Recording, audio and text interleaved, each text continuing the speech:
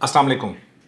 आज fourth episode है unlimited loss strategy या लॉन्ग टर्म इन्वेस्टमेंट के हवाले से, और मैं पांचवा पॉइंट और छठा पॉइंट, पांच और छः पॉइंट मैं आपसे डिस्कस करना चाहता हूँ। लेकिन ये थोड़े से ना टेक्निकल से पॉइंट्स हैं, थोड़ा सा नफसियाती से मामलात हैं इसके अंदर। बहुत सारे लोग इन बातों को नहीं समझते। तो ये दो पॉइंट्स आपने डेफिनेटली अपने जब भी आप इन्वेस्टमेंट करेंगे तो इसके ऊपर तो हमने काम करना ही करना है, अदरवाइज स्मार्ट इन्वेस्टमेंट नहीं हो सकेगी। स्क्रीन पे आपको नज़र आ रहा होगा कि देखें, इंसान होने के नाते हम गलतियां करते आ रहे हैं, गलतियां करते रहेंगे। तो जब भी आप स्टॉक मार्केट में इन्वेस्टमेंट करते हैं तो आपके पोर्टफोलियो में अच्छे स्टॉक्स भी आते हैं, बुरे स्टॉक्स भी आते हैं। ये वो नहीं हो सकता। देखें, कोई भी स्टॉक जब आप बाय करते हैं ना तो बहुत हम देखभाल के हम उसको बाय करते हैं, अपनी हमारी जो क्राइटेरिया मीट करता है तभी हम उसको बाय करते हैं। लेकिन उसका अच्छा या बुरा होना ये बाइंग करने के बाद ही पता चलता है कि उसकी परफॉर्मेंस से।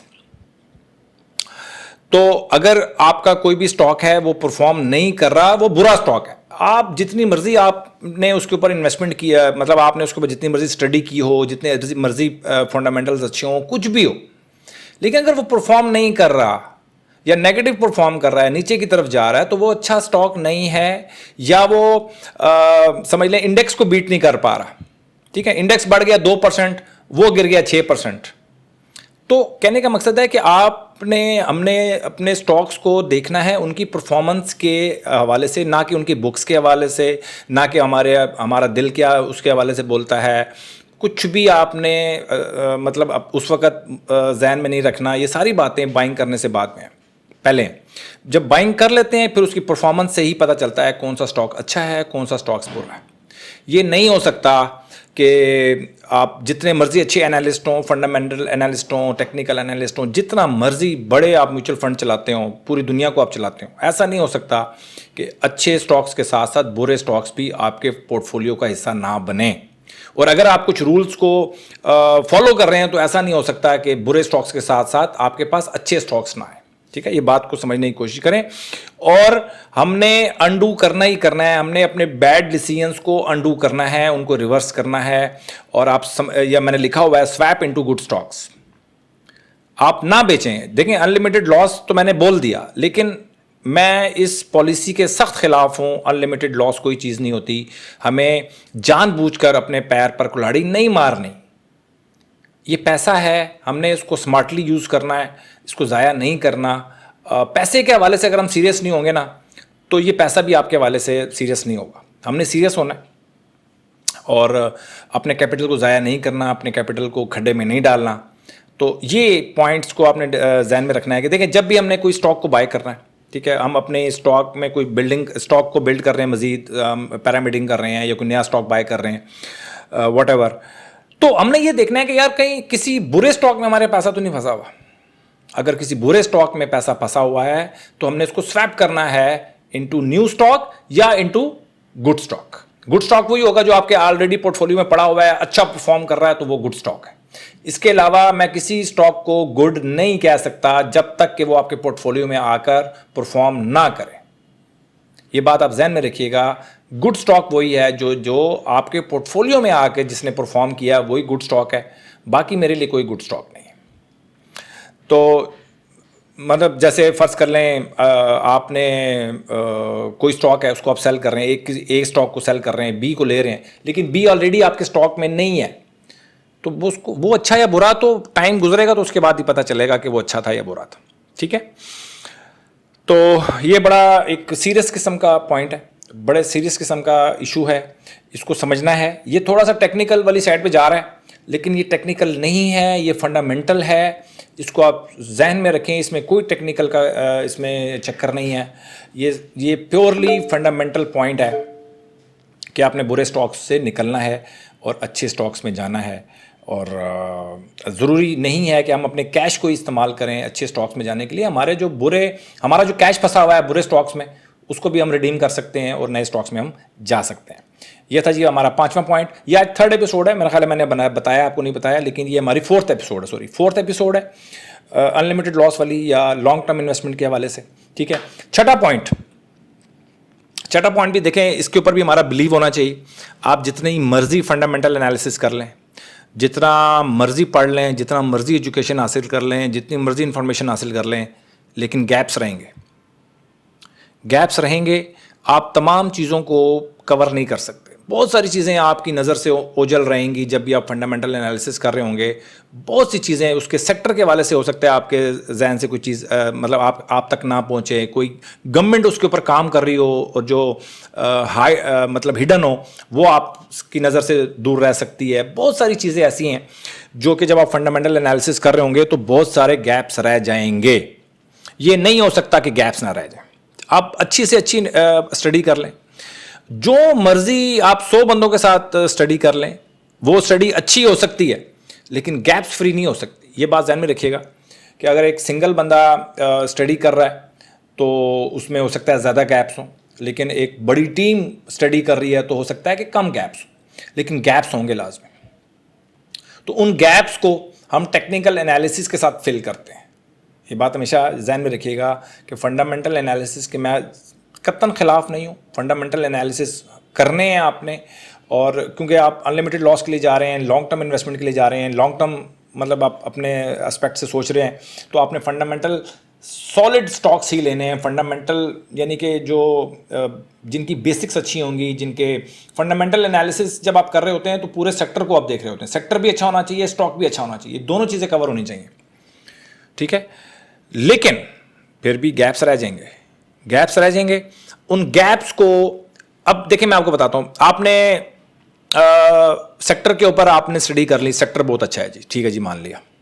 उसके बाद आपने स्टॉक में स्टडी कर ली, स्टॉक आपने अच्छा उठा लिया, लेकिन अंदरों अंदर कोई स्टॉक कोई बैड प्रैक्टिस कर रहा है, अकाउंट्स के अंदर कोई मैनिपुलेशन कर रहा है, कुछ भी कर सकता है वो, ठीक है। तो आपको पता है थर्ड वर्ल्ड कंट्री के हम बाशिंदे हैं, तो कहीं पर भी मैनिपुलेशन हो सकती है। बहुत ज़्यादा हमारा सिस्टम ऐसा नहीं है कि चीज़ों को जल्दी पकड़ा जाए। तो कई दफ़ा ऐसा होता है कि बहुत लेट हो जाता है, जब सिस्टम मंजर आम पे आता है तो बहुत सारी चीज़ें बहुत देर हो चुकी होती है। लेकिन कुछ लोगों को पता होता है, वही लोग प्राइस पे इफेक्ट डालेंगे। सब कुछ अच्छा जा रहा है, हर चीज़ अच्छी जा रही है, प्राइस नीचे जा रही है, मतलब इंडेक्स भी ऊपर जा रहा है, मार्केट्स बाकी स्टॉक्स भी ऊपर जा रहे हैं, लेकिन हमारा स्टॉक नीचे जा रहा है सब कुछ होने के बावजूद। तो इसका मतलब ये है कि कोई ना कोई ऐसी इंफॉर्मेशन है, कोई ना कोई ऐसा गैप है जो फिल नहीं हो सका हमसे, ठीक है। तो वो गैप जो है हम अपने टेक्निकल एनालिसिस के साथ उसको फिल करेंगे। टेक्निकल एनालिसिस क्या है, मैं आपको मिसाल देता हूँ। जैसे फ़र्ज़ कर लें आप इंडेक्स है वो 5% बढ़ गया, लेकिन आपका जो स्टॉक है वहाँ से, जहाँ से इंडेक्स 5% बढ़ा है, आपका स्टॉक वहाँ से 2% गिर गया। बजाय इसके कि आपका इंडेक्स 5% बढ़ गया है, आपका जो स्टॉक है फंडामेंटली स्ट्रांग होने के बावजूद उसको 10% या 20% या 30% परफॉर्म करना चाहिए, आपका स्टॉक 2% माइनस में चल रहा है या 5% माइनस में चल रहा है। इंडेक्स 5% प्लस हो गया, आपका स्टॉक 5% नीचे जा रहा है, ठीक है जी। तो ये इसको टेक्निकल एनालिसिस बोलते हैं कि भाई आप अपनी मतलब अपना माइंड यूज़ कर रहे हैं। टेक्निकल एनालिसिस का मतलब है अपना माइंड यूज़ कर रहे हैं, लॉजिक मतलब लॉजिकली कोई बात कर रहे हैं, इसको हम टेक्निकल एनालिसिस बोलते हैं, जिसका किताबों में जिक्र नहीं होता। मतलब उसकी बुक्स कुछ और कह रही हैं, उसके रिजल्ट्स कुछ और कह रहे हैं, लेकिन प्राइस कुछ और कह रही है। तो ये टेक्निकल एनालिसिस यूज़ करने हैं to fill the gap, to fill the gap. ये गैप्स होते हैं, लाजमी होते हैं। जब आप काम करेंगे आपको पता चलेगा बहुत से गैप्स होते हैं।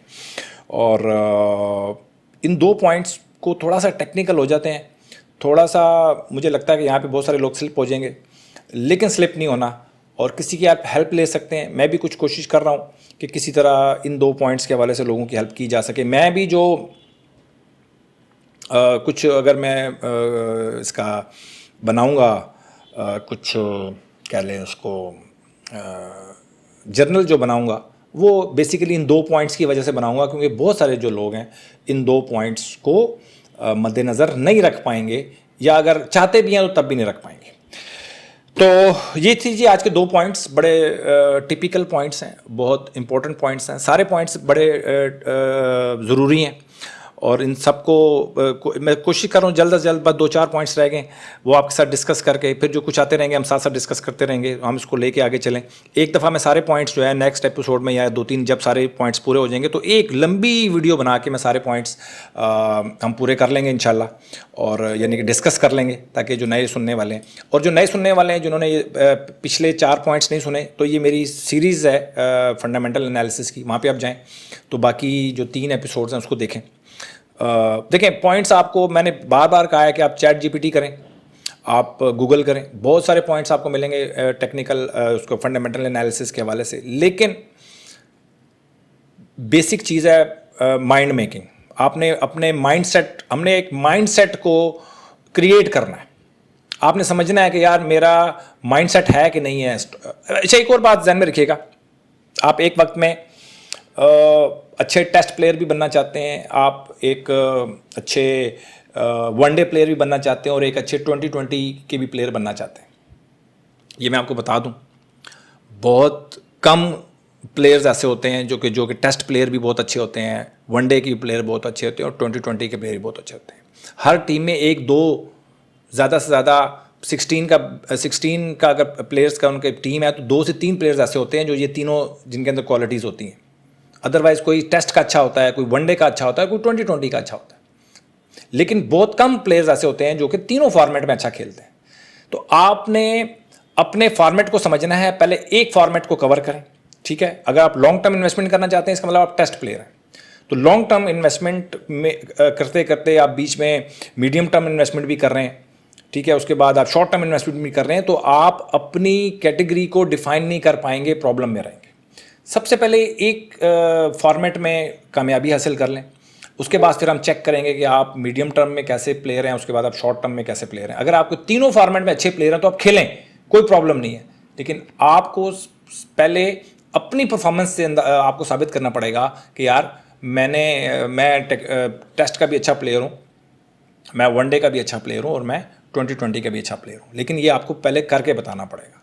तो सबसे पहले टेस्ट प्लेयर बने, अच्छा यानी कि लॉन्ग टर्म इन्वेस्टमेंट करें, अच्छी इन्वेस्टमेंट कर लें, कुछ बना लें, कुछ पैसा बना लें, उसके बाद आप मीडियम टर्म में जाएं, उसके बाद फिर आप शॉर्ट टर्म में करें। तो तीनों भी आप कर सकते हैं, लेकिन थोड़ा अपने आप को टाइम दें, सेट होने दें, किसी एक चीज़ पे आप अपने आप को सेट होने दें, उसके बाद बेशक आहिस्ता आहिस्ता दूसरे में जाएं, तीसरे में जाएं, तीनों को इकट्ठा यूज़ करें, कुछ और भी करना चाहते हैं कुछ और भी करें। तो मैं तो सर एडवाइस कर सकता हूँ, आपकी मदद कर सकता हूँ माइंड मेकिंग में। आपने एक माइंड बनाना है, अपनी एक साइकोलॉजी को मतलब आप समझ लें क्रिएट करना है।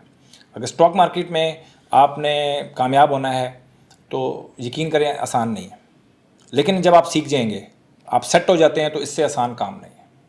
अपना बहुत ख्याल रखें। Thank you very much.